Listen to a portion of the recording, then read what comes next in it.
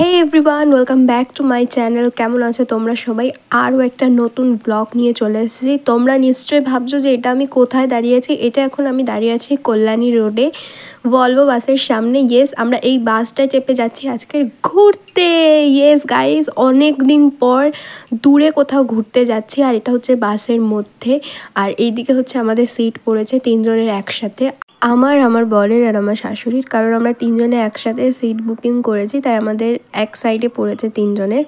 আর বাসের মধ্যেটাও খুবই সুন্দর। আর এই যে চারপাশে বেলুন দেখতে পাচ্ছ না, আজকের হচ্ছে পরিমলদার বার্থডে। আর বাসের মধ্যে সবাই মিলে আমরা সেলিব্রেট করব হচ্ছে পরিমলদার বার্থডে। তো এই দেখো, পরিমলদাকে অলরেডি চোখ বেঁধে নিয়ে আসা হয়েছে, এবারে চোখটা খুলেও দেওয়া হয়েছে আর সারপ্রাইজও দেওয়া হলো যে কেকটা নিয়ে। আর পরিমলদা খুবই খুশি ছিল, কারণ এতগুলো লোকের মধ্যে পুরো 60 জন লোকের মাঝখানে পরিমলদার বার্থডে সেলিব্রেট হচ্ছে চলন্ত বাসে। তো একটা সবারই এক্সাইটেড থাকার কথা। তো আমাদের সবারই খুব আনন্দ হচ্ছিল, আর পরিমলদারও অবশ্যই খুবই আনন্দ হচ্ছিল।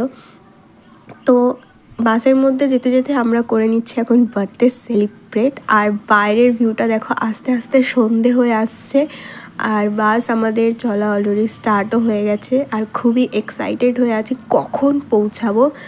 আর কিছুক্ষণ যেতে না যেতেই আমার বোরিং লাগছে, কারণ একভাবে বসে থাকতে হবে অনেকক্ষণ প্রায়, এই জন্য আরও বেশি বোরিং লাগছে।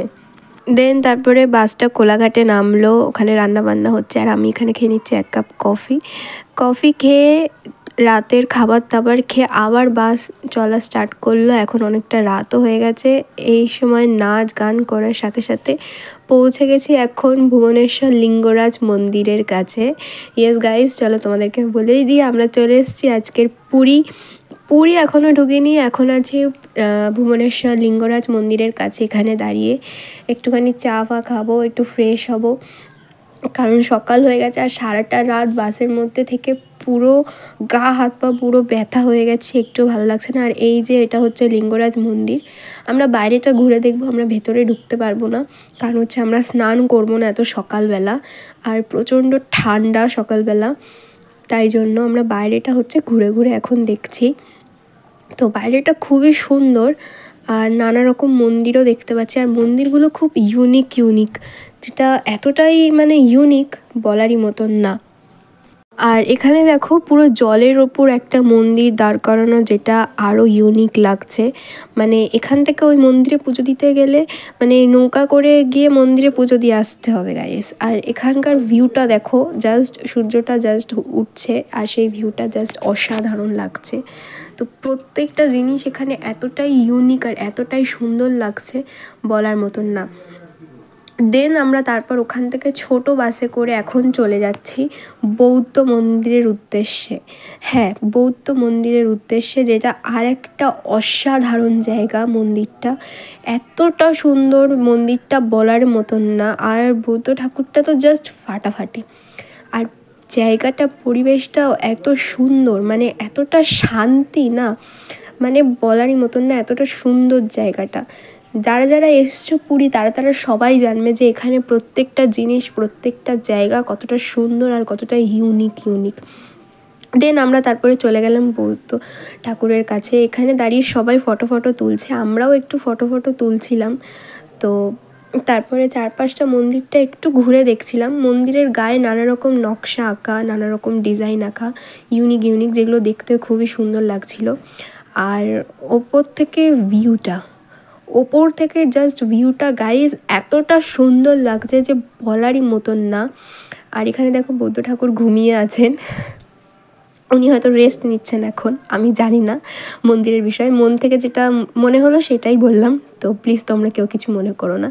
তো যেটা বলছিলাম, ওপর থেকে ভিউটা এতটাই সুন্দর লাগছে, তোমরা নিজের চোখে না দেখলে বুঝতেও পারবে না। আমার তো মনে হচ্ছিলো আমি দার্জিলিং চলে এসেছি গাইস, এতটা সুন্দর ভিউ। ওপরে এমনি রোদ্দুর, তারপর নিচের দিকে তাকালে এত সুন্দর একটা ভিউ পাচ্ছি যে বলারই মতন না। তাই যারা আসনি এখনও পর্যন্ত পুরী, তারা অবশ্যই চলে এসো। দেন তারপর ওখান থেকে নেমে খেয়ে নিলাম 1 গ্লাস আখের রস, আর আখের রসটাও জাস্ট ফাটাফাটি খেতে ছিল। আর এই দেখো, আমাদের বাস দাঁড়িয়ে আছে, এখন আমরা হচ্ছে খাওয়া দাওয়া করব। তারপরে ওখান থেকে একটা ছোট্ট অটো টাইপের, যেখানে অনেকজন মিলে বসা যায়। তো আমরা যে ফ্যামিলি মেম্বাররা মিলে গেছিলাম 9 জন, তো সব কজন মিলে একটা অটো বুক করে নিলাম। তো ওখান থেকে উনি আমাদেরকে ঘুরে ঘুরে দেখাবেন হচ্ছে অনেকগুলো জায়গা ছোট ছোট। তো ফার্স্টে চলে এসছে আরেকটা মন্দিরের কাছে, যেখান কিনা মন্দিরটা খুবই সুন্দর আর খুবই ইউনিক। আর এই দেখো, এটা হচ্ছে নন্দীরাজ। তো এইসব মন্দির দেখে ফেকে আমরা উঠে পড়েছি আবার বাসে, কারণ খুবই ক্লান্ত লাগছে। আর এখন খালি ওয়েট করছি কখন সমুদ্রটা দেখতে পাবো, যেটার জন্য আসা এত দূর থেকে এতটা জার্নিং করে। তো আমরা প্রায় যেটা দেখার জন্য এসেছি সেটা আমরা দেখতে পেয়ে গেছি অলরেডি। এত কষ্ট করার পর সমুদ্র যেটা দেখে মন এতটাই ফ্রেশ হয়ে গেছে যে একদম বলারই কথা না, এতটা ভালো লাগছে সমুদ্রটা দেখে, মানে বলার মতো না। এবার এখান থেকে সোজা চলে যাব হোটেল, তারপরে হোটেলে গিয়ে তোমাদের সাথে আবার ব্লগটা কন্টিনিউ করছি।